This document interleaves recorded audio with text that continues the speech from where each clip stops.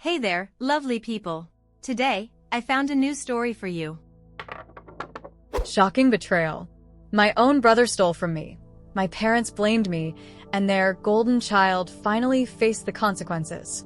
You ever feel like your family sees you as more of an unpaid intern than an actual person? That's my life in a nutshell. I'm Sarah, 39 years old, and for as long as I can remember, I've been the responsible one. The one who got things done, the one who cleaned up everyone else's messes, the one who, honestly, never really had a choice. Meanwhile, my younger brother, Alex, now 31, has always been the golden child. He was coddled, excused, and basically shielded from every consequence life could have thrown his way. Growing up, I always felt like I was being held to a completely different standard than him. Perfect grades? Expected. Chores done without being asked? Of course. Work a part-time job as soon as I was old enough? Non-negotiable. I was groomed to be the picture of independence and responsibility, while Alex got away with murder. Not literally, obviously, but you get the point. He could fail a class, talk back to my parents, or blow off every single household responsibility, and it was like the universe bent over backward to justify it for him. Oh, Alex just needs some time to figure things out, they'd say when he dropped out of college for the third time. Boys are late bloomers, was their favorite excuse whenever he didn't pull his weight around the house. For context, the man lived in my parents' basement until he was 30, playing video games like it was his full-time job. And instead of telling him to grow up, my parents would defend him. He's just passionate about gaming. My mom once told me when I dared to question why he couldn't hold down a real job. I remember standing there, slack-jawed, as if passionate somehow made up for the fact that Alex had never contributed anything meaningful to the family. I mean, it's not like I didn't love him, he was my brother. But watching him skate through life while I had to carry the weight of the world on my shoulders, it wasn't exactly easy to swallow. The funny thing is, I think part of me kept hoping it would change as we got older. I told myself that maybe once Alex grew up, he'd realize the world didn't revolve around him. Spoiler alert, that didn't happen. If anything, the dynamic between us got worse. My parents still treated him like he could do no wrong, and by extension, I became the family's go-to fixer for everything. Car broke down? Sarah will help you figure it out. Bills overdue? Sarah, can you lend your brother some money? Holiday dinner plans falling apart? Sarah, can you step in and handle it? You're so much better at this stuff. I can't even count how many times I dropped everything to clean up someone else's mess. And the thing is, no one ever seemed to notice the toll it was taking on me. I remember one particular incident that really drove the point home. I'd just started a demanding new job, and I was juggling a million things at once. I hadn't had a proper night's sleep in weeks, and I was drowning in stress. Out of nowhere, my mom called me in a panic because Alex had forgotten to pay his rent. Again. She wanted me to help him out, which really meant she wanted me to foot the bill. Mom, I said, trying to keep my voice steady, I can't keep bailing him out. He's 31 years old. He needs to figure this out on his own. Her response? A heavy sigh, followed by, You're being so harsh, Sarah. He's your brother. Family helps family. I wanted to scream. Family helps family? Since when did that mean I had to do everything while Alex sat back and coasted through life? But of course, I didn't say that. I bit my tongue like I always do and told her I'd think about it. Spoiler. I ended up paying the damn rent. That's the thing about being the responsible one. People assume you're fine no matter what. They assume you'll always be there to pick up the slack, no questions asked. And the worst part is, you start to internalize it. You start to believe that it's your job to hold everything together, even if it's killing you. But lately, I've been questioning all of it. Why am I the one who has to sacrifice everything while Alex gets to live in this bubble of zero accountability? Why is it my responsibility to fix things that aren't even my fault? I've started to realize that maybe, just maybe, it's okay to say no. It's okay to put myself first for once. Of course, saying that and actually doing it are two very different things. Part of me feels guilty even thinking about it, like I'm betraying my family somehow. But another part of me, a bigger part, I think, is just tired. Tired of being the backup plan. Tired of being the only one who takes responsibility. Tired of feeling like I'm the only adult in the room. I don't know where this is all going to lead, but I do know one thing. Something has to change. Because if it doesn't, I'm not sure how much longer I can keep this up. I used to think that hard work paid off. That if you put in the effort, you'd get somewhere and people would respect you for it. But in my family, it felt like the opposite. The harder I worked, the more invisible I became, while Alex, my younger brother, managed to fail upward. When I was in college, I worked 2 jobs to stay afloat. 2. I'd get up at 5 a.m. to work the morning shift at a diner, attend classes all afternoon, and then spend my evenings folding clothes at a retail store until they closed.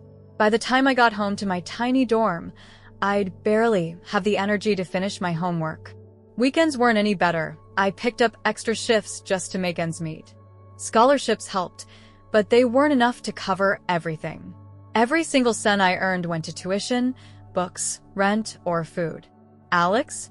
He started college too briefly. I think he lasted maybe 2 semesters before he dropped out because it was too stressful. I still remember the conversation like it was yesterday.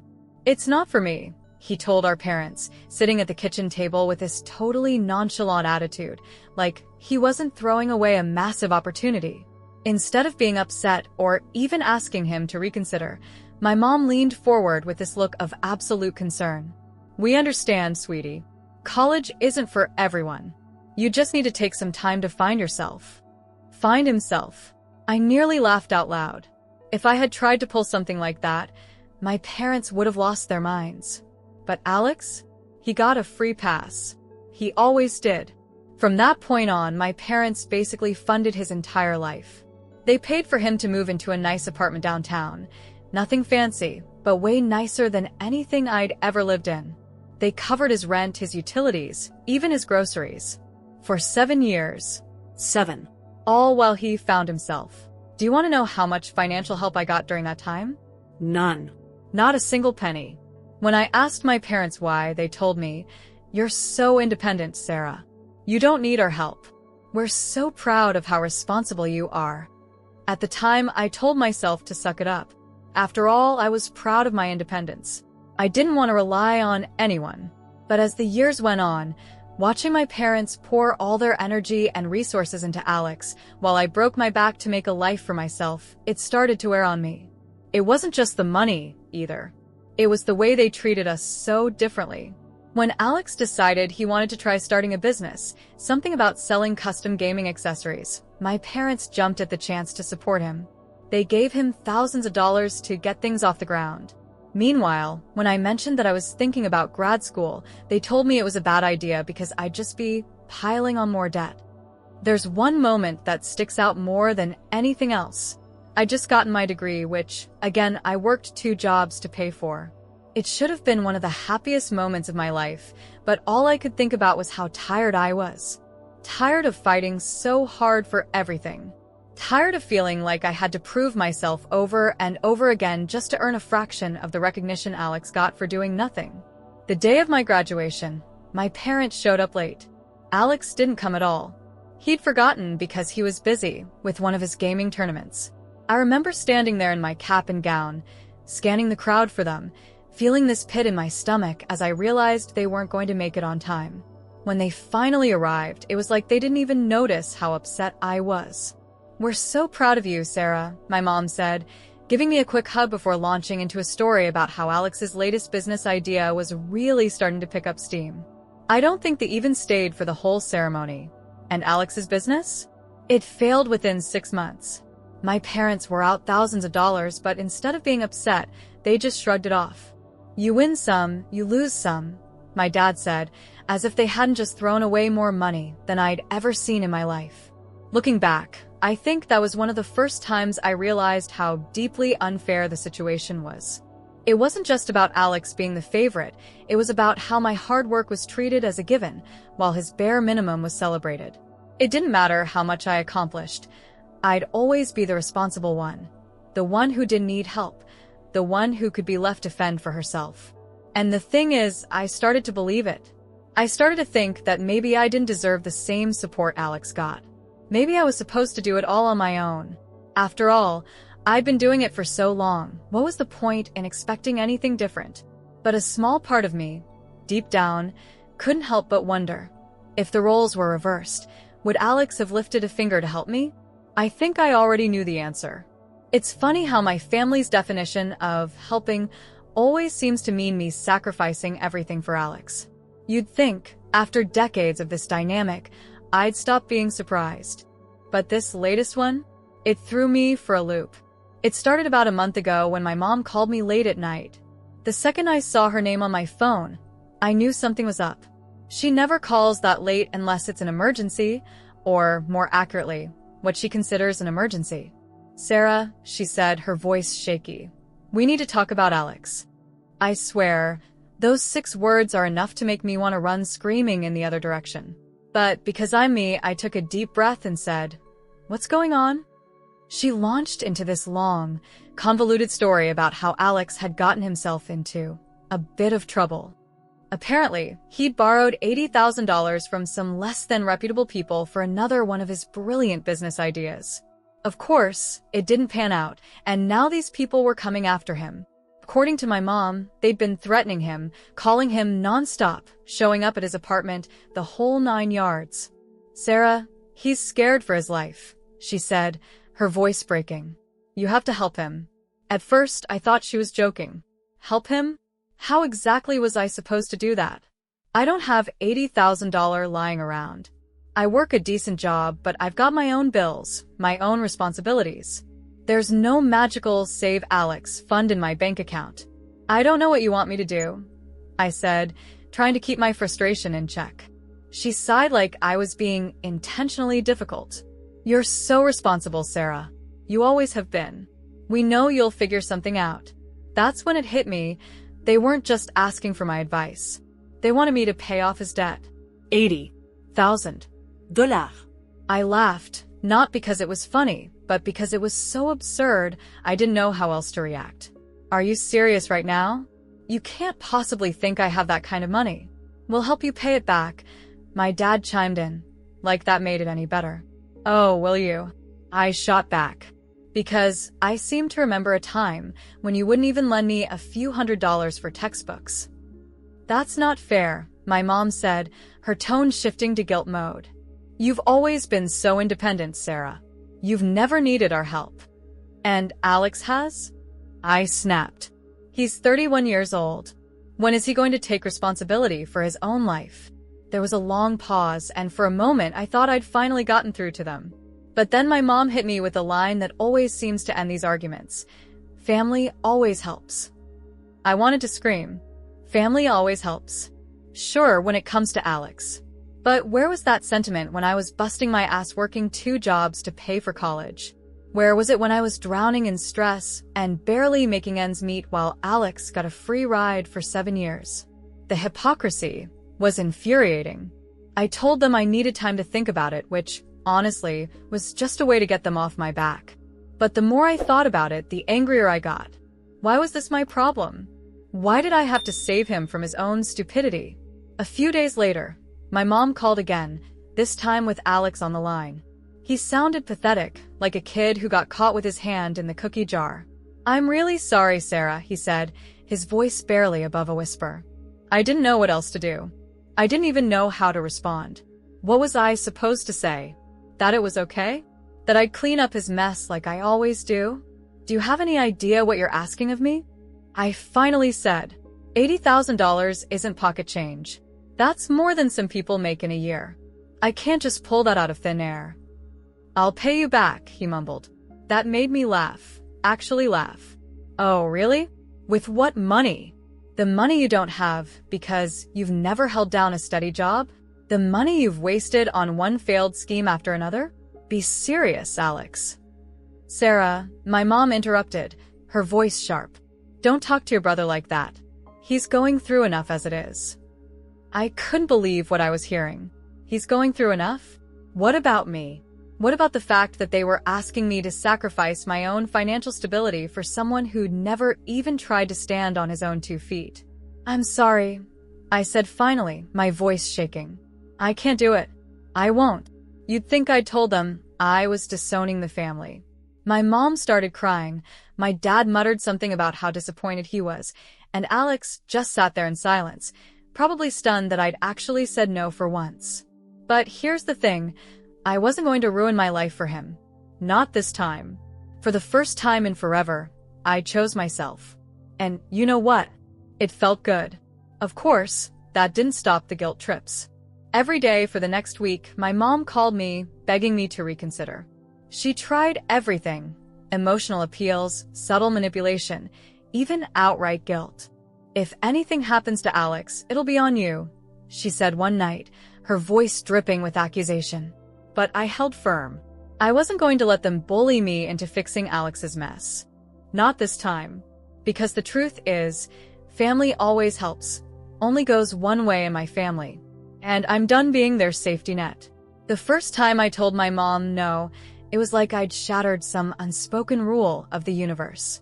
In my family, no was not an option. Not for me, anyway. I'd always been the one they could count on, the one who picked up the slack, the one who never let anyone down. Saying no to them, to Alex? It was like stepping off a cliff and waiting to see if the ground would catch me or if I'd just fall. It started with a phone call, of course. My mom, her voice already on edge, asked if I'd thought about helping Alex. I could feel the pressure building in my chest, that familiar mix of guilt and frustration. But this time, I wasn't going to cave. "I've thought about it," I said, my voice calm but firm. "And my answer is still no." There was a pause, just long enough for me to hear the sharp intake of her breath. And then she exploded. "How could you be so selfish?" she screamed. "He's your brother, Sarah. He's your family. Do you want his blood on your hands?" Her words hit like a punch to the gut. For a split second, I felt the familiar wave of guilt rising, threatening to pull me under. But I pushed it back. I'd spent my whole life bending over backward for my family, sacrificing my own needs to keep them happy. I couldn't do it anymore. "This isn't my responsibility," I said, trying to keep my voice steady. "Alex got himself into this mess. He needs to figure out how to get himself out." "He'll die, Sarah," she shouted, her voice cracking with desperation. "These people aren't playing around. They'll hurt him, or worse, and you're just going to sit there and do nothing? What kind of person does that?" I clenched my fists, my nails digging into my palms. What kind of person asks their daughter to ruin her life to save someone who's never taken responsibility for anything? I shot back. "I have my own bills, my own life. I can't just hand over $80,000 like it's nothing." "You're abandoning us," she said, her voice low and venomous. "You're abandoning your family." That one stung. I'd spent years being the one they leaned on, the one who held everything together. But now, because I wasn't willing to sacrifice myself for Alex, I was the villain? "I'm not abandoning anyone," I said, my voice shaking with a mix of anger and sadness. "I'm setting boundaries. Something I should have done a long time ago." "Boundaries?" she snapped. "What boundaries? We're family, Sarah. Family doesn't need boundaries." I almost laughed at the irony. If anyone in my family needed boundaries, it was them. But I didn't have the energy to explain that.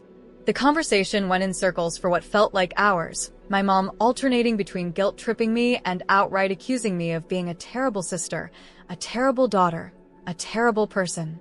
"You've always been so cold," she said at one point, her words dripping with bitterness. "So selfish. I don't know where I went wrong with you." That one hurt. I'd spent my whole life trying to be the perfect daughter, the perfect sister, doing everything I could to make my family proud. And now, because I was finally standing up for myself, I was the selfish one? By the end of the call, I was emotionally drained. My mom hung up on me, but not before throwing one last parting shot.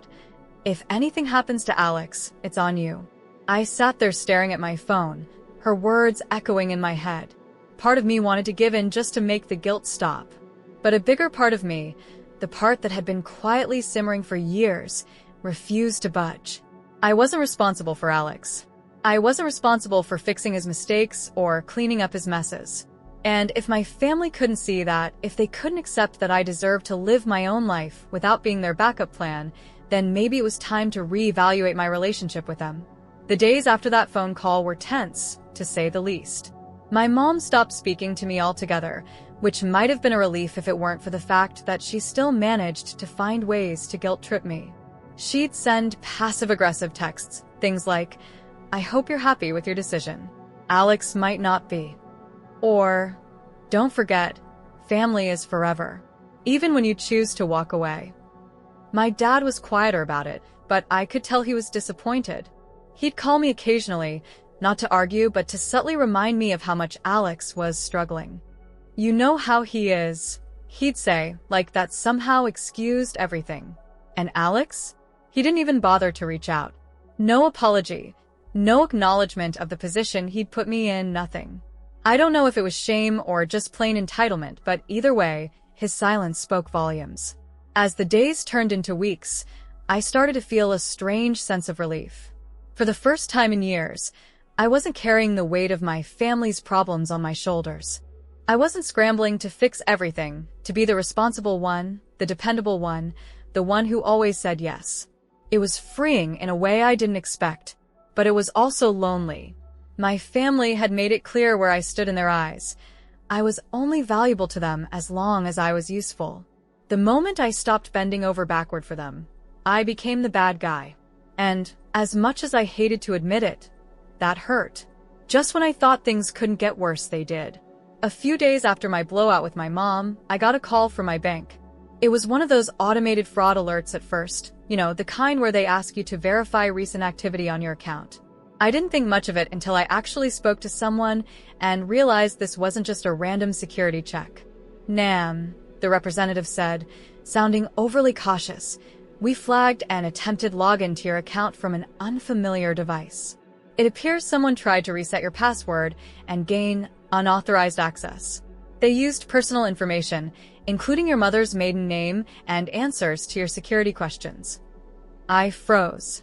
My stomach dropped as the pieces started clicking together in my head. My mom's maiden name? My security answers? That wasn't random information someone could guess. The only people who knew that stuff were close family. And really, the only person desperate and reckless enough to pull something like this was Alex. I tried to keep my voice steady as I asked, "Can you tell me where the login attempt came from?" "Based on the IP address, it's within your home state," they said. "Does that sound familiar?" Familiar wasn't the word I'd use. I felt sick. This wasn't some random hacker. This was personal. Was the attempt successful? I asked, already dreading the answer. "No, the account is secure," they assured me. "But we recommend updating your passwords and security questions immediately." As soon as I hung up, I sat there staring at my phone, my mind racing. My own brother, had tried to break into my bank account. He'd used my personal information, my trust, to try to steal from me. I didn't want to believe it at first, but who else could it have been? Alex was the only one who would know those answers, the only one who'd stoop this low. I called my mom right away, still shaking with a mix of anger and disbelief. "Did you know about this?" I demanded as soon as she picked up. "Know about what?" she asked, sounding confused. "Someone tried to hack into my bank account," I said, my voice trembling. "They used personal information, your maiden name, answers to my security questions. Who else would know that except family?" "Mom, it was Alex." "I know it was him." There was a long silence on the other end of the line. For a moment, I thought maybe she'd acknowledge how serious this was. But of course, I was wrong. "You don't know that," she said finally, her voice defensive. "It could have been anyone. These things happen all the time." "Are you kidding me?" I snapped.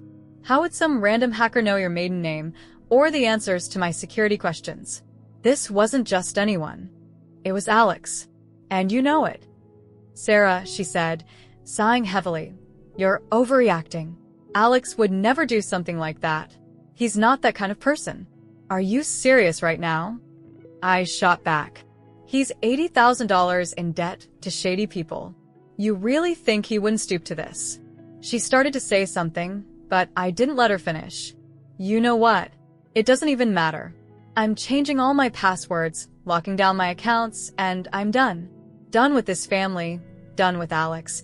Done with you defending him no matter how badly he screws up. Don't say that, she said, her voice breaking. You don't mean it.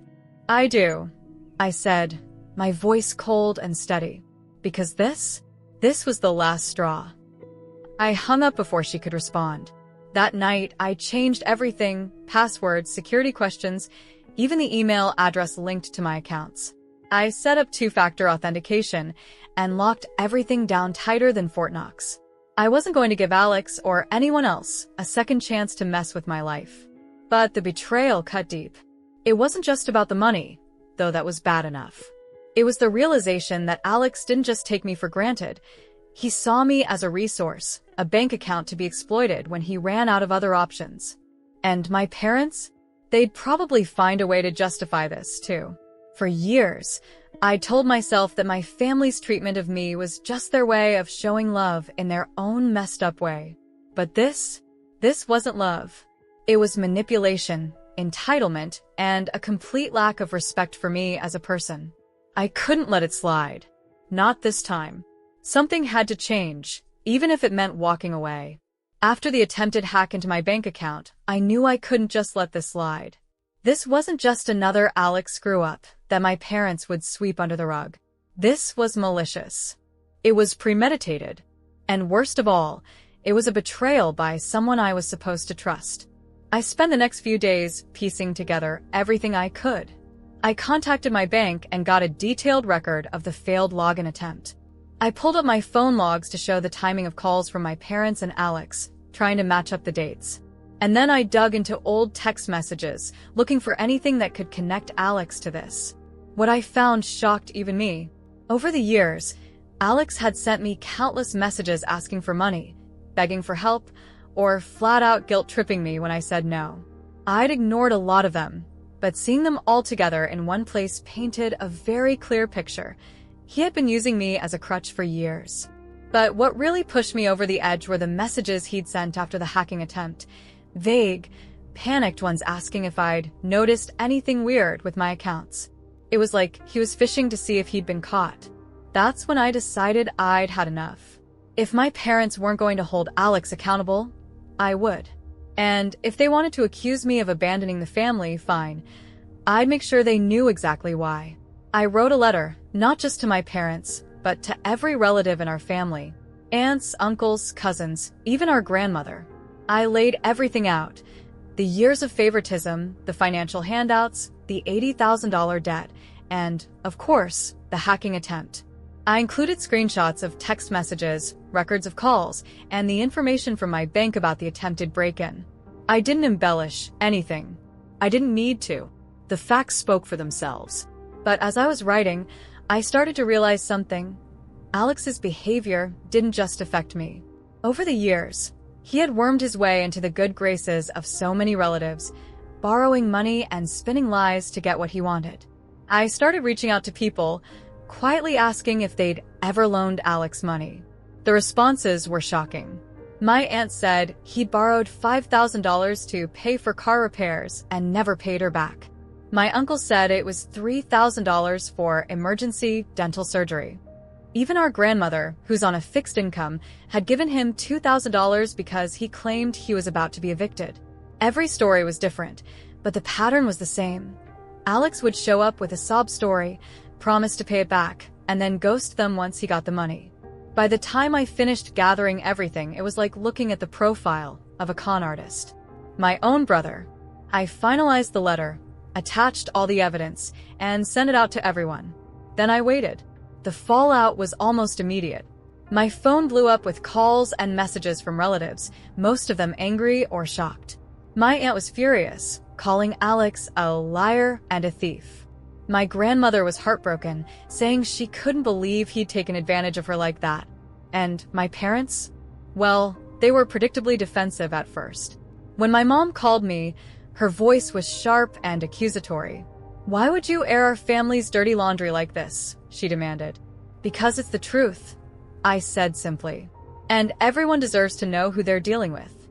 "This could ruin Alex's relationships with everyone," she snapped, as if that was somehow my fault. "Alex ruined those relationships," I shot back. I'm just the one who stopped covering for him.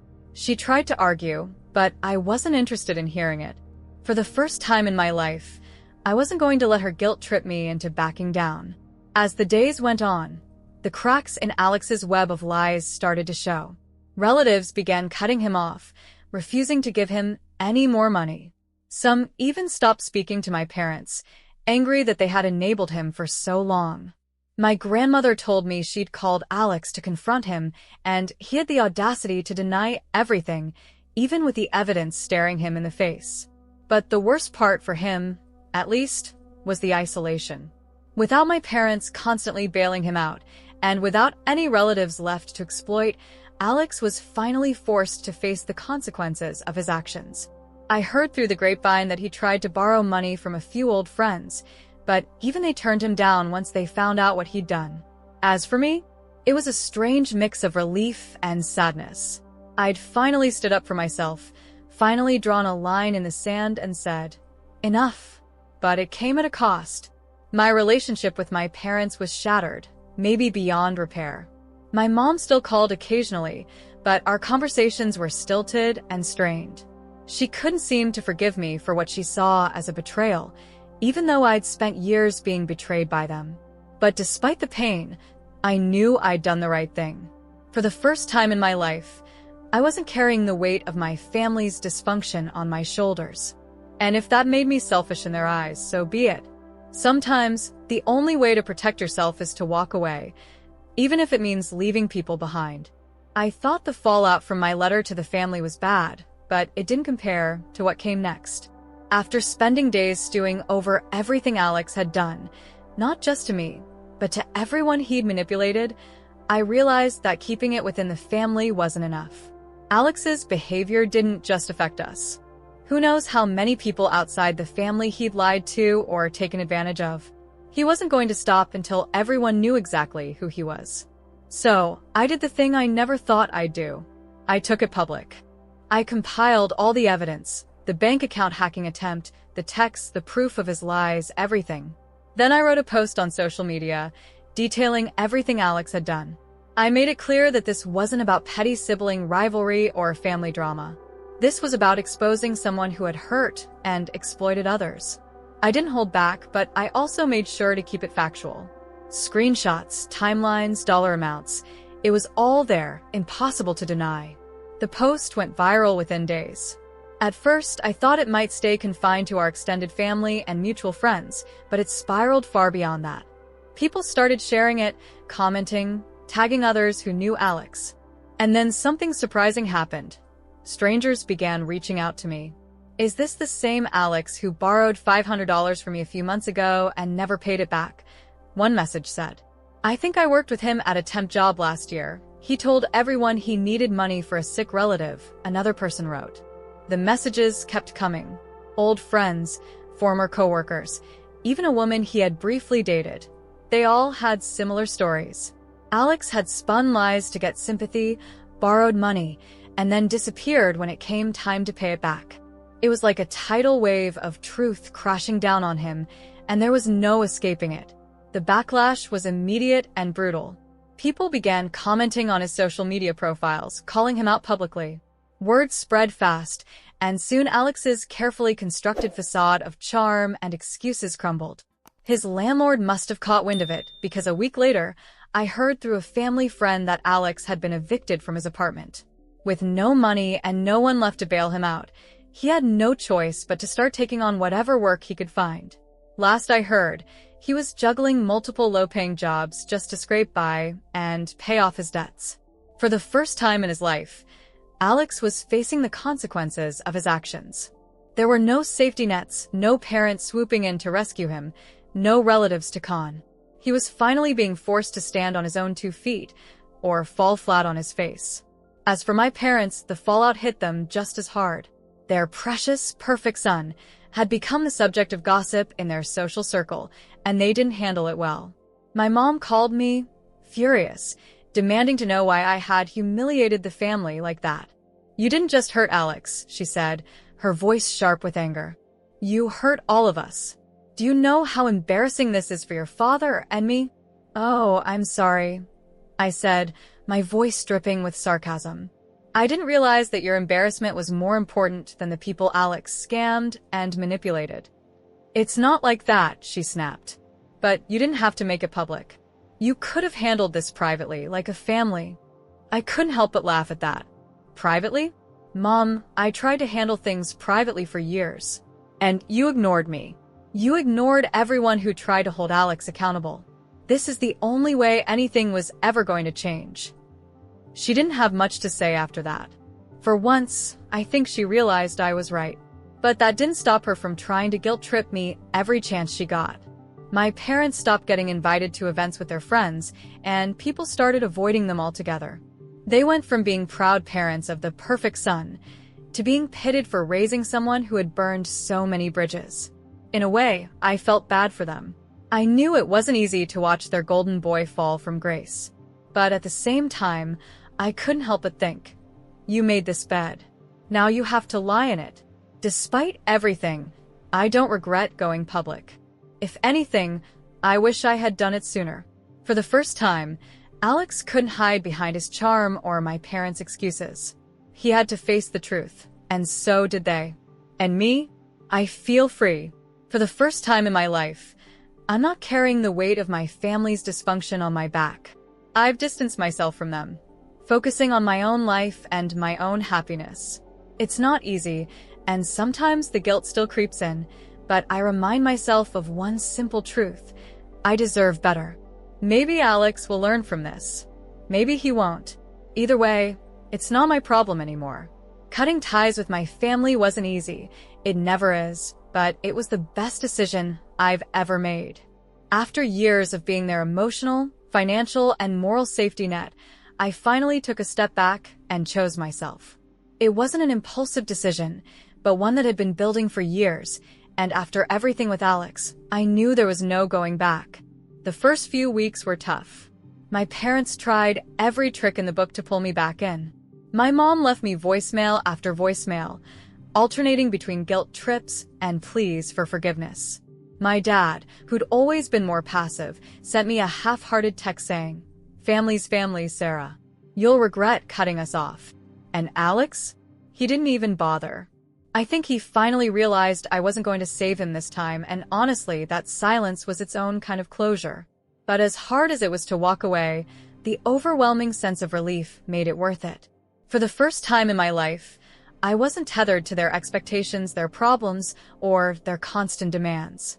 I wasn't the fixer anymore, and the weight of that responsibility lifting off my shoulders was incredible. I started pouring my energy into my career, something I hadn't been able to fully focus on while juggling my family's chaos. I took on bigger projects, said yes to new opportunities, and even got a promotion within a few months. For the first time, I felt like I was living for myself, not for anyone else. More importantly, I started building a new support system. It wasn't easy at first. I'd spent so much of my life putting others' needs ahead of my own that I wasn't even sure how to let people in. But slowly, I began forming new friendships with people who genuinely appreciated me for who I am, not for what I could do for them. One of the most profound moments came during a dinner with some new friends I'd made through work. We were talking about boundaries, how hard it can be to set them, especially with family, and I told them a little about my situation. I expected judgment or awkward pity, but instead, they were supportive. "You did the right thing," one of them said. "Just because someone's family doesn't mean they're entitled to treat you like that." Another chimed in, "Family isn't about blood. It's about the people who love and respect you for who you are." That hit me like a ton of bricks. I'd spent so much of my life trying to live up to my family's impossible expectations, trying to earn their approval, and it never occurred to me that I didn't need their validation. I could create my own family, one built on mutual respect, honesty, and care. And that's exactly what I've done. My new life is quieter, simpler, and so much healthier. I'm surrounded by people who value me for more than what I can do for them. People who respect my boundaries, who don't make me feel guilty for saying no, who genuinely care about my well-being. As for my parents and Alex, I haven't spoken to them in over a year. I know my mom still talks about me to mutual family members, framing me as the selfish daughter who abandoned them, but I've learned to let that go. Her opinion doesn't define me anymore. The truth is, I don't hate them. I don't even wish them ill. I just don't have space for them in my life. I've finally realized that love and loyalty mean nothing without respect, and I deserve both. Walking away from my family taught me something I wish I'd known years ago. It's okay to let go of people who hurt you, even if they're family. It's okay to prioritize your own happiness and well-being. And it's okay to create a new family, one that truly appreciates you. Now, when I think about the future, I don't feel the weight of dread or obligation. I feel hope. Hope for a life where I'm no longer the responsible one, the fixer or the backup plan. A life where I'm just me, and that's enough.